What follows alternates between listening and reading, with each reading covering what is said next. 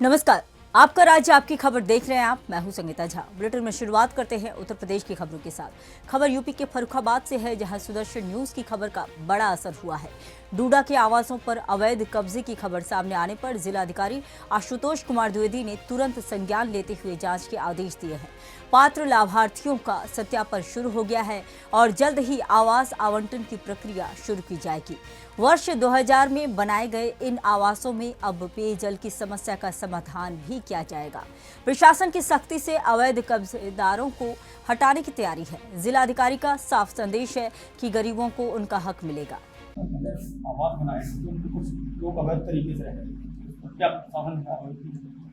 देखिए, उसमें आवंटन के लिए विज्ञापन निकला हुआ था। उस समय तमाम लोग एप्लीकेशन भी दिए थे, बेसिक जो शुल्क थे वो भी दिए थे, लेकिन कुछ बेसिक इंफ्रास्ट्रक्चर की कमी के कारण वो विधिवत आवंटन की प्रक्रिया पूरी नहीं हो पाई।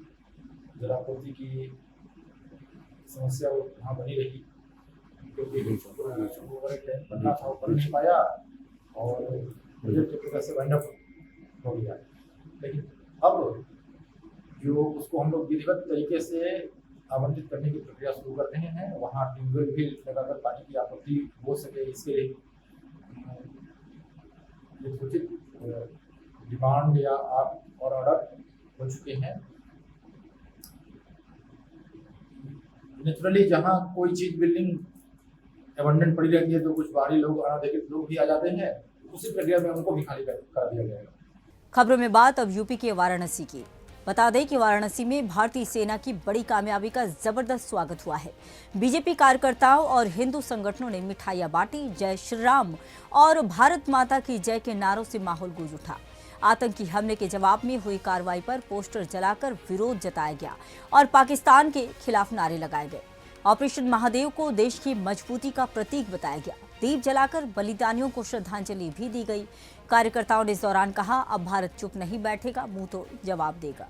आज हम सब ने यहाँ पर ऑपरेशन महादेव की सफलता पर, जो पहलगाम के हमले के आतंकी थे उनको मारने पर, भारतीय सेना, भारत सरकार को बधाई देने के लिए एक दूसरे को मिठाई खिला करके और पाकिस्तान का समर्थन करने वाली कांग्रेस पार्टी, आतंकवादियों का समर्थन करने वाली कांग्रेस पार्टी के चिदंबरम जी को इसमें पाकिस्तान का हाथ नहीं दिखाई देता, इसके लिए हम उन आतंकवादियों के साथ साथ चिदंबरम का पोस्टर पुतला फूंक करके अपना विरोध दर्ज किया है। और भारतीय सेना का हम वंदन करते हैं, अभिनंदन करते हैं। भारत सरकार को हम आभार व्यक्त करते हैं। माननीय मोदी जी, अमित शाह जी, राजनाथ जी, सबका वंदन अभिनंदन है, क्योंकि उनकी दृढ़ इच्छा शक्ति से हम घटना में मारे गए लोगों को वापस नहीं ला सकते, लेकिन इस घटना से उनके जख्मों पर मलहम लगाने का काम करेंगे। हम भारत की सेना का कोटि कोटि बधाई, अभिनंदन, वंदन करते हैं। खबर में बात अब यूपी के चंदौली की। बता दें कि चंदौली के धपरी गांव में मदरसे की खुदाई के दौरान शिवलिंग मिलने से इलाके में हड़कंप मच गया। बिना अनुमति बनाए जा रहे इस मदरसे को लेकर स्थानीय हिंदू संगठनों में रोष है। सुदर्शन न्यूज की टीम ने खबर को प्रमुखता से उठाया। विश्व हिंदू परिषद ने डीएम को ज्ञापन सौंपकर पुरातत्व विभाग से जांच की मांग की है। विधायक की चुप्पी पर भी सवाल उठ रहे हैं। अब सवाल है कि क्या धार्मिक आस्था के साथ खिलवाड़ हो रहा है? प्रशासन अब भी मौन क्यों है? मेरा ये कहना है कि ये बहुत जांच का भी, सबसे पहली बात तो ये पुरातत्व विभाग की टीम आनी चाहिए और उसकी जांच होनी चाहिए, क्योंकि इसके नीचे पूरा मंदिर, क्योंकि पहले भी मूर्तियां मिल चुकी हैं, तो ये इनके पास ज़मीन जिहादियों के पास आई कहाँ से, पहले तो ये बताएं। और जो प्रशासनिक अधिकारी इनका सहयोग कर रहे हैं उनका मैं पूरी तरह से विरोध करती हूँ, क्योंकि वो बहुत गलत कर रहे हैं। जहाँ का शिवलिंग था आपने कैसे उठा के उधर से उधर रख दिया? जिस जगह पर है वहीं मंदिर बनेगा और पूरी ज़मीन में बनेगा। छोटे आधे हिस्से की ज़मीन पर जो बात हो रही ज़मीन बनने की, वो नहीं बनने देंगे हम लोग चाहते हैं कि वो जितनी बड़ी ज़मीन है भव्य मंदिर का निर्माण हो, क्योंकि ये बहुत ही जांच का विषय, बहुत बड़ी जांच का विषय है। क्योंकि बराबर मूर्तियां निकल रही थी, उन लोगों ने जाके मंदिरों में रख दिया। और अभी जब शिवलिंग मिला है, जब वहाँ के ग्रामीण लोगों ने हलचल मचाई, मतलब काफ़ी हंगामा हुआ, उसके बाद जो है आने के बाद भी इन लोगों ने क्या किया कि शिवलिंग उठा के दूसरी जगह रख दी। किसके, मतलब किससे पूछ के आपने रखा?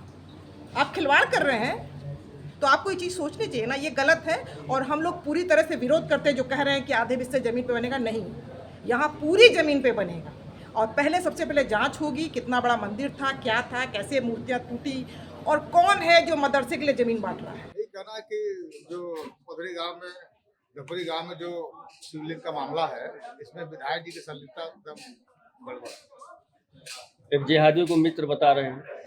वो तो हर जहाँ मुसलमानों की बात आती है वो जिहादियों के साथ खड़े होते हैं। चाहे मीट मुर्गे की दुकान हो, आप भी तो जानते हैं पत्रकार साहब, आप हिंदू होकर के हिंदुओं का साथ नहीं देते हैं, दुर्भाग्य है कि कठमुल्लों का साथ देते हैं। दुर्भाग्य है कि भाजपा के विधायक है, क्योंकि इनकी मानसिकता सफाई है। तो अगर न्याय नहीं मिलेगा वहाँ पे खपरी में हिंदू परिवार को तो क्या होगा? नहीं, न्याय तो मिलना है। सरकार भाजपा की हिंदुवादी सरकार है, विधायक को कुछ नहीं होता है, विधायक आज है कल चला जाए। वो मित्र बता दे, अधिकारी अब मित्रता निभाने लगे। नहीं क्या नहीं, कहेंगे? अधिकारी भी समझ गया है विधायक का मतलब क्या है। परसों जो हुआ था विवाद किसी के लिए हुआ था। तमाम हिंदू संगठन के लोग आ रहे हैं, डीएम साहब भी आश्वासन दे रहे हैं। डीएम साहब आश्वासन नहीं, डीएम साहब काम भी करेंगे। और रहेगी बात विधायक की, तो विधायक आज है कल नहीं रहेंगे वो, मगर हम लोग को यहाँ रहना है, न्याय मिलेगा। अरे विधायक ही तो कलमा पढ़ लेते हैं, मंदिर बनेगा। मंदिर तो बनेगा ही। विधायक ही तो कलमा पढ़ लेते हैं। आप भी जानते हैं इनका कुत्ता हम लोग फूके थे, वही कलमा के लेता है। जो भोलेनाथ का हिंदू होकर के नहीं हुआ और वो हिंदुओं का जमीन कब्जा करके मदरसा बनवा रहा है और तमाम हिंदू संगठन वहाँ पे इकट्ठा हुए हैं, और जो एसडीएम साहब हैं वो जो वहाँ पे शिवलिंग निकला है उसको दूसरे जगह रखवा रहे हैं। आपने अभी डीएम साहब से मिलकर भी पत्र रख दिया है, डीएम साहब ने आपसे क्या कहा? वैसे आज से 3 दिन पहले हम लोग जब धपरी गांव हम लोग पहुंचे अपनी टीम के साथ, तो उसके ठीक 1 दिन पहले हमारे जो है काशी महादेव जो है शिवलिंग के रूप में वहाँ मतलब मिले थे हम लोग को। तो वहाँ पे जाते सार ही हम बहुत चिंतित हो गए इस विषय को लेकर के कि हमारे जो एसडीएम हैं अनुपम मिश्रा जी, पता नहीं किसके सुझाव से, किसकी जानकारी से, किसके आदेश पे इन लोगों ने शिवलिंग को उठा के वहीं से बगल में 50-60-70 मीटर की दूरी पे एक मंदिर था, उसमें इन लोगों ने रखवा लिया था। जाते सर हम लोग उस बात को लेकर बहुत चिंतित दिखे और जाके हमने सीधा सवाल एसडीएम से किया कि भाई साहब ये किसके आदेश पे आपने ये शिवलिंग उठा के वहाँ पे रखवा दिया है। चंदौली जनपद के धपरी का मामला अभी चल रहा है। डीएम साहब के यहाँ कुछ वहाँ पे हिंदू संगठन के लोग आए हैं और जिससे बात करेंगे। ये अभी केवल जांच हो रही है, लेकिन जांच जो होना चाहे वो नहीं हो रहा है, बस आश्वासन पे आश्वासन मिल रहा है। अभी हमारे यहाँ संजय रस्तोगी जी, इनसे बात करेंगे। अभी केवल जांच का आश्वासन मिल रहा है। अब डीएम साहब से मिले, उन्होंने क्या आज आश्वासन दिया है? आश्वासन तो हम लोग को क्या पूरी उम्मीदें भी हैं, क्योंकि देखिए बाबा जी की सरकार है। हमारी सरकार में ये चीजें तो हैं कि अगर अभी जो शिवलिंग मिली है अर्घा सहित, ये भी बहुत दिव्य है। आप अगर उसको देखेंगे तो बैजनाथ धाम के एकदम स्वरूप में ही है। और सबसे पहले उसके कार्बन डेटिंग जांच होनी चाहिए। जांच का विषय 2-3 चीजें हैं कि जो इनकी जमीन जिनके नाम से अभी लोग बता रहे हैं, तो वो जमीन इनके नाम कैसे हुई, पहले ये सबसे जानकारी होनी चाहिए।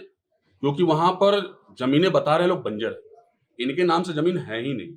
ये यहाँ के वासी अगर हैं तो ये इनके पिताजी या इनके पूर्वजों ने ये क्या किया इसमें, उसकी जांच हो। वहां पे सायर माता जी का है और ब्रह्म बाबा जी का है। ब्रह्म बाबा जी का भी जो मूर्ति है, जो उनका चिन्ह है, वो लोगों ने स्कूल में अंदर दबा दिया। कुआं है, कुएं को अंदर दबा दिया। ये सब क्या है?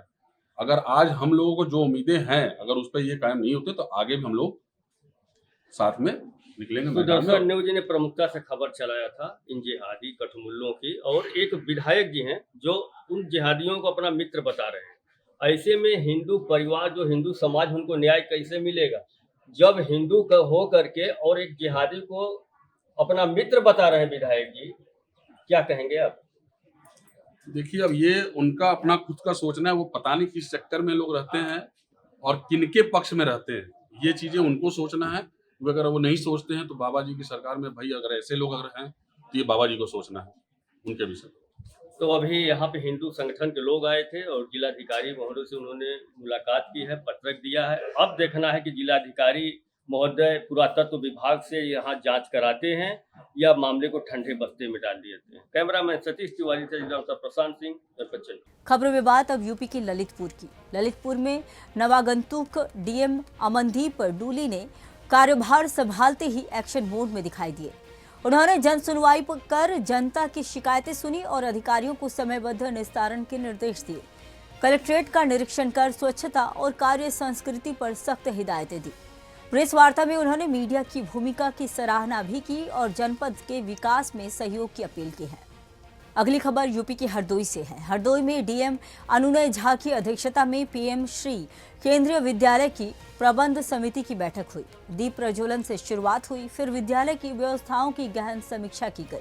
डीएम ने बच्चों की परीक्षाओं में उत्कृष्ट प्रदर्शन की रिपोर्ट मांगी और जरूरी संसाधनों जैसे इन्वर्टर, सोलर सिस्टम, अलमारी, टेबल आदि की तत्काल उपलब्धता के निर्देश दिए। शिक्षा व्यवस्था को मजबूत करने की दिशा में यह बैठक महत्वपूर्ण मानी जा रही है। देखिए, आज केंद्रीय विद्यालय हरदोई में विद्यालय मैनेजमेंट कमेटी के अध्यक्ष के नाते मैंने आज 30 जुलाई 2025 को यहाँ पे बैठक किया। कैबिनेट सेशन के प्रथम सत्र के बैठक की अध्यक्षता की। कुछ निर्णय हमने यहाँ पे लिया है। सबसे पहले ये कि जो 10th और 12th की यहाँ पे टॉपर्स रहे उनको फेलिसिटेट करने के लिए हमने एक कवायद शुरू की है। दूसरा, यहाँ पे हमने सोलर बैटरी ऑपरेटेड सोलराइजेशन के लिए हम यहाँ पे निर्देशित किया है प्रिंसिपल साहब को कि 5 kVA का सोलर बैंक यहाँ पे इंस्टॉल करें।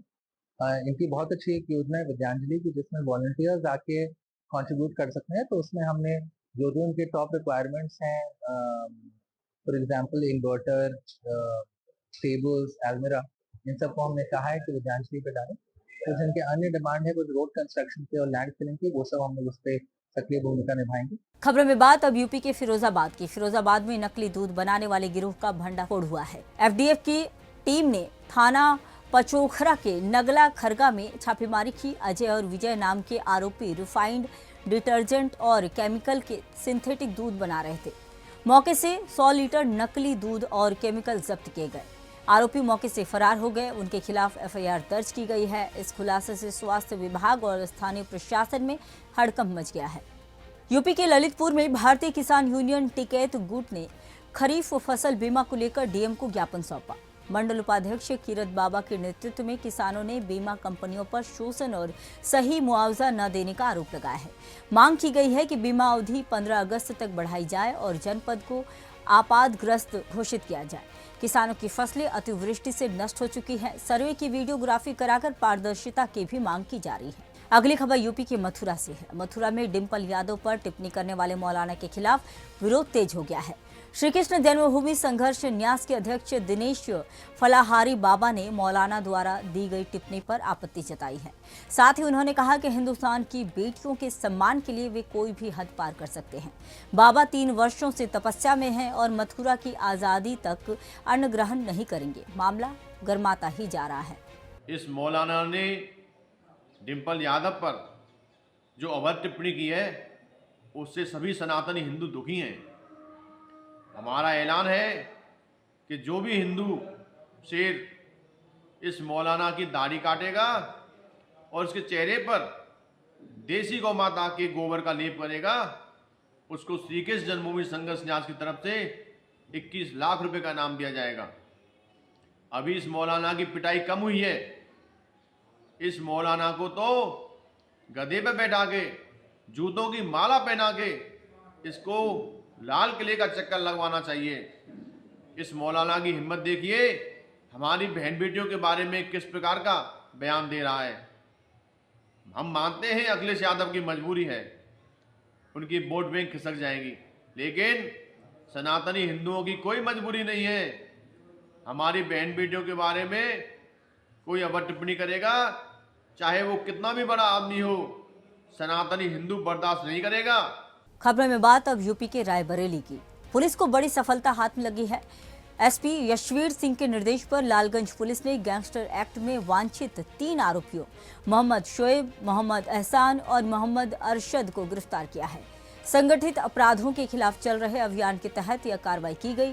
गिरफ्तारियां दर्शाती हैं कि पुलिस प्रशासन अपराध के खिलाफ जीरो टॉलरेंस की नीति पर काम कर रही है। जनता ने भी पुलिस की कार्रवाई की सराहना की है। अब बात यूपी की कानपुर की। कानपुर में तुलसी जयंती पर सीएसजेएम यूनिवर्सिटी पहुंचे उप मुख्यमंत्री ब्रजेश पाठक ने गोस्वामी तुलसीदास की प्रतिमा का अनावरण किया और दीप प्रज्वलन से कार्यक्रम का शुभारंभ किया। डिम्पल यादव पर विवादित बयान पर उन्होंने कहा कि हमारी परंपरा बेटियों को प्रणाम करने की है। टिप्पणी करने वालों को प्रभु सद्बुद्धि दे। इस दौरान विधायक नीलिमा कटियार और मेयर प्रमीला पांडे भी मौजूद रहीं। आज तुलसी जयंती के अवसर पर पूरे प्रदेशवासियों को बहुत बहुत बधाइयाँ शुभकामनाएं देता हूं। बाबा तुलसीदास जी ने रामचरितमानस की रचना करके घर घर प्रभु राम को पहुंचाने का काम किया। प्रभु राम की कृपा पूरे प्रदेश पर बरसे और प्रदेश चरमोत्कर्ष पर डेवलपमेंट के मामले में पूरे राष्ट्र में नंबर 1 पर आए, ऐसा मैं प्रभु राम के चरणों में नमन करता हूं।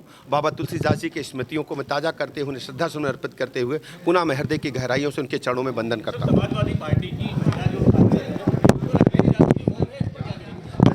दरअसल हमारे जो संस्कार कहते हैं, हम अपनी बहू बेटियों की इज्जत करते हैं और इस मामले में किसी भी विवाद में हम पड़ना नहीं चाहते।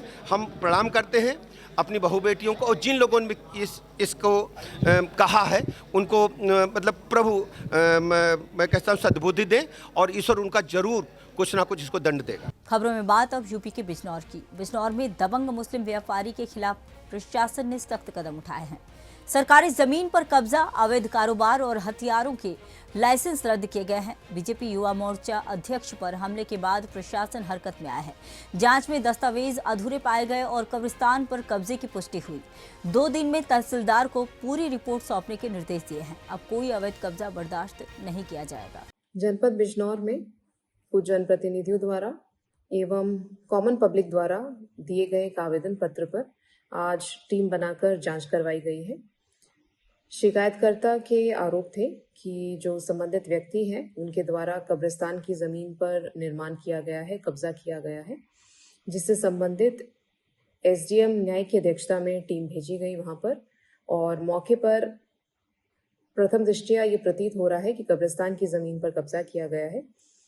उस पर कार्रवाई करने के लिए नियमानुसार इंस्ट्रक्शंस दे दी गई हैं।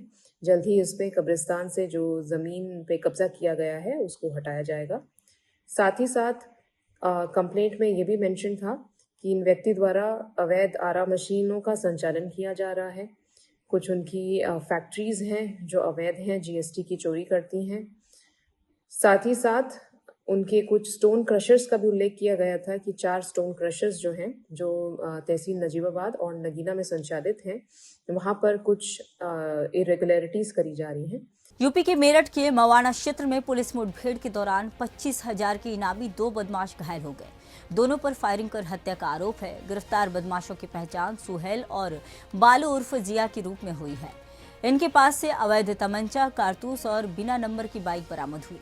पुलिस ने घायल आरोपियों को इलाज के लिए अस्पताल में भर्ती कराया है। आगे की जांच जारी है। थाना क्षेत्र मवाना अंतर्गत मवाना कस्बे में फलावदा रोड पे नीलोहा कट के पास देर रात पुलिस द्वारा चेकिंग की जा रही थी। इस दौरान एक बाइक पे सवार 2 संदिग्ध युवकों को जब रोककर चेक करने का प्रयास किया गया तो अचानक उनके द्वारा पुलिस की चेकिंग टीम पे फायरिंग कर दी गई।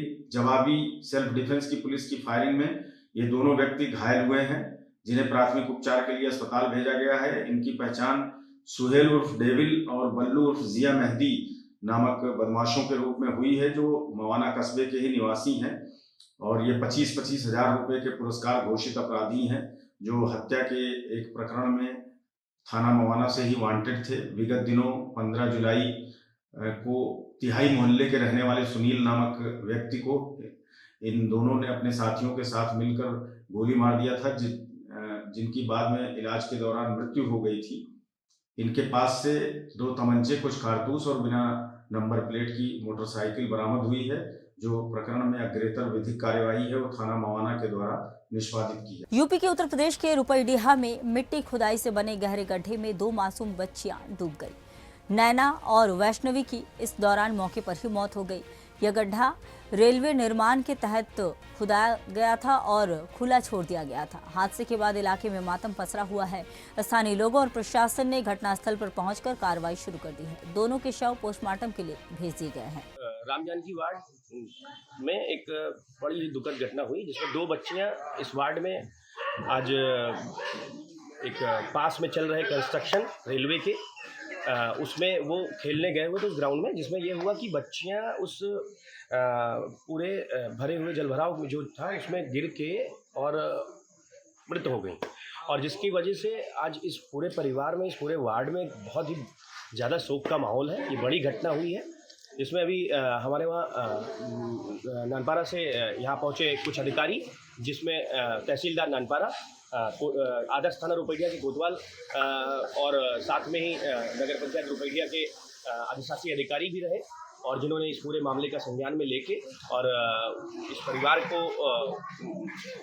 से बातचीत करी, उनकी घटना को जाना, पूरे मामले को जाना और साथ में पीएम के लिए इन दोनों बच्चियों को, जो कि एक 12 वर्षीय एक 9 वर्षीय बच्ची है, इनको भेजा गया है। खबरों में फिलहाल के लिए इतना ही। देश दुनिया की तमाम अगली खबर के लिए बने रहिए सुदर्शन न्यूज के साथ। जय हिंद।